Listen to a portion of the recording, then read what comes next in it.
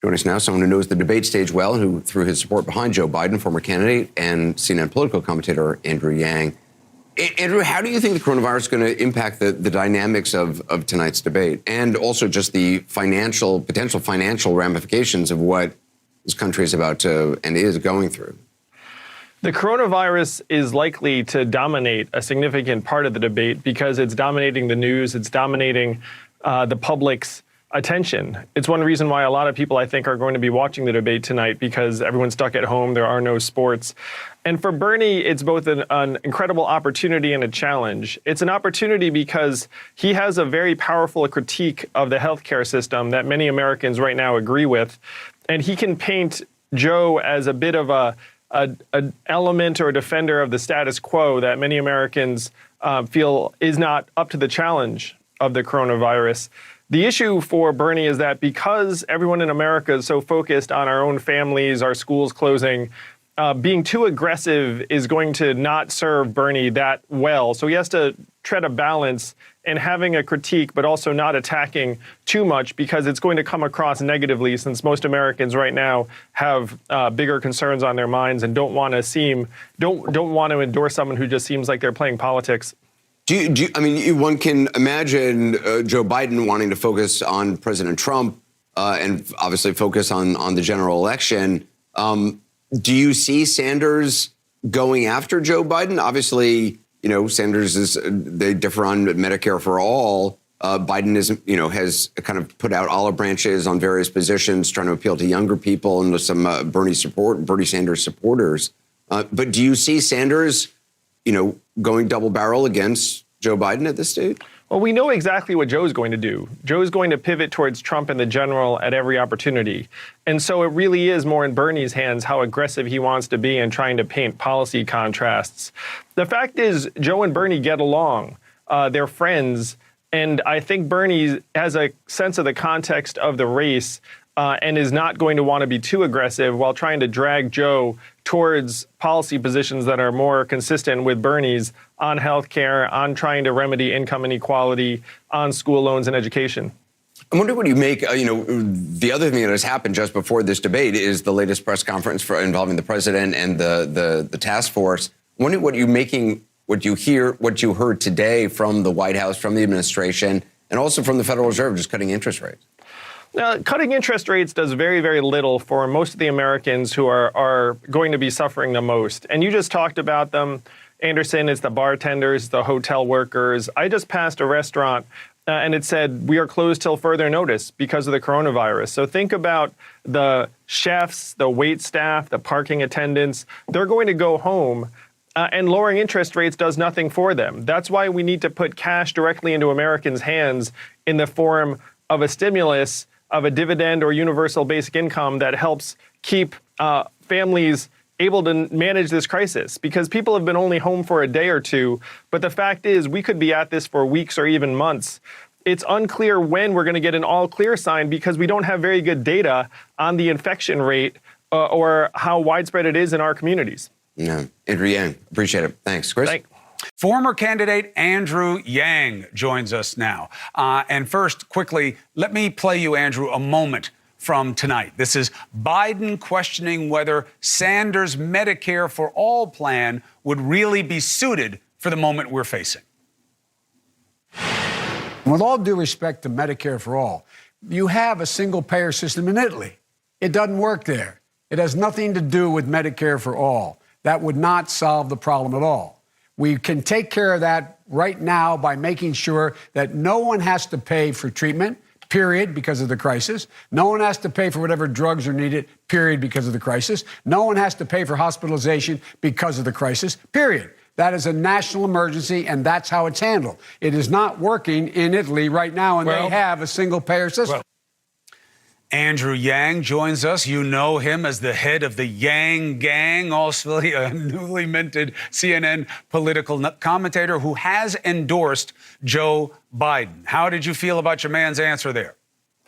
Well, I think Joe had a great point, but then he also missed Bernie's point. So he had a great point where it's a capacity problem right now. We're not sure we have the hospital beds, the protective equipment, the facilities, or the healthcare providers in order to actually serve everyone who's going to come in.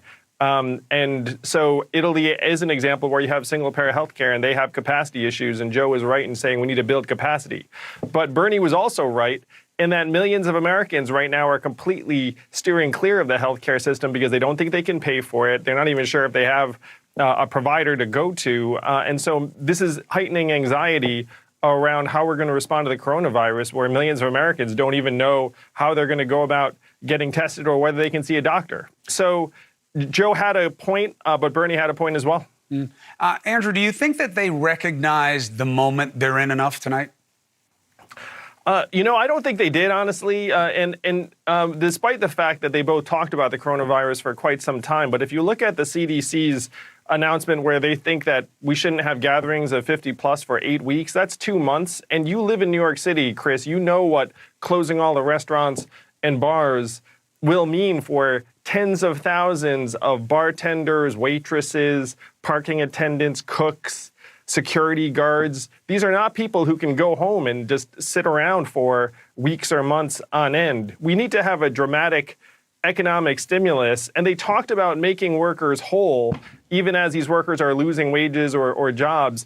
There's no way we can make these workers whole without actually just sending checks or putting UBI! And I wish that one or both of them had just come clean and said, look, if we're going to do this, we actually have to put money to work in a very different and dramatic way.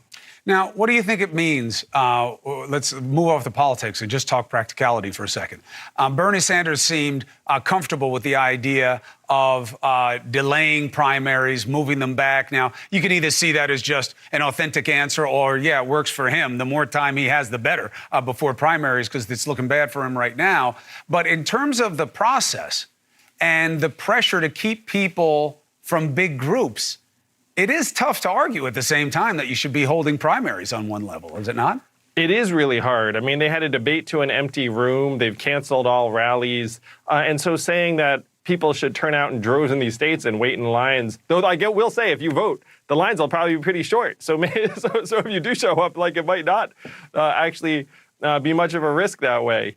But the states are moving forward on Tuesday, even though some other states have pushed it back. Mm-hmm. And the fundamental dynamics of this race have probably just about frozen in place, as David Axelrod was saying, because of the fact that the public's attention has turned to the coronavirus. Yeah. And you're going to see voting turnout, in all likelihood, plummet upcoming because people are staying at home.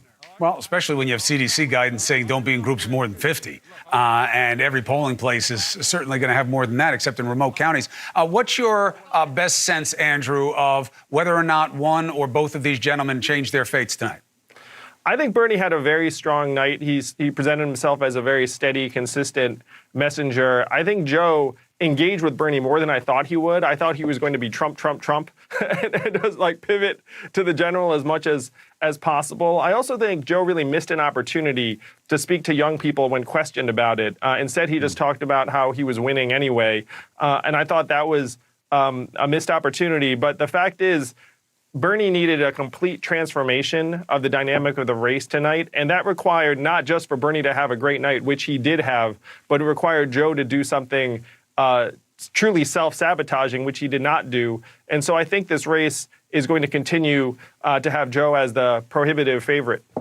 Andrew Yang, always a pleasure. You did have Yang on, and I thought he made a good point, which is that if we're going to be honest, the only way to keep the economy from going into a complete free fall now is to put money directly into the hands of people. And that is, Yang's sort of, UBI, universal basic income. That repurposed in a crisis could make a huge difference. It would have been smart, you're trying to figure out how to put stuff together. If Biden had come out and said that, he might have inherited a big chunk of the Yang gang. That's some energy and some smart. We're still here in Washington where negotiations are continuing around a direct aid package for everyday Americans across the country. The concerns and the impact around this global coronavirus pandemic are growing. Too much of attention has been focused here in Washington on bailing out Wall Street banks and corporate industries, as people are making the same old tired argument of how trickle-down economics will eventually help the American people. But really, as has happened so many times before, it's the American taxpayer that gets left holding the bag, struggling, and getting no help during a time of crisis. This is wrong. Now is the time for action to provide direct assistance and emergency relief to every single American through a universal basic payment of $1,000 a month to every American for the duration of this crisis. Yesterday, I introduced a resolution pushing for this emergency aid in the House of Representatives that would directly help those individuals and families who are working hard, who are struggling to make ends meet, who are fearful of losing their jobs, or wondering, given all of the uncertainty, maybe how they're going to pay the rent, how they're going to buy food or medicine, or prepare for what could end up being a 2-week or longer quarantine situation if you get sick. A lot of the uncertainty around this needs to be laid to rest. This universal basic payment is the simplest, most direct way to help every American weather this storm, while also continuing to fuel our economy. We have to prioritize the American people so that this economic relief is placed directly into their hands rather than getting stuck in bureaucracy or ending up in the pockets of big corporations. This is the change that we're pushing for here today. Let your member of Congress know why this is important.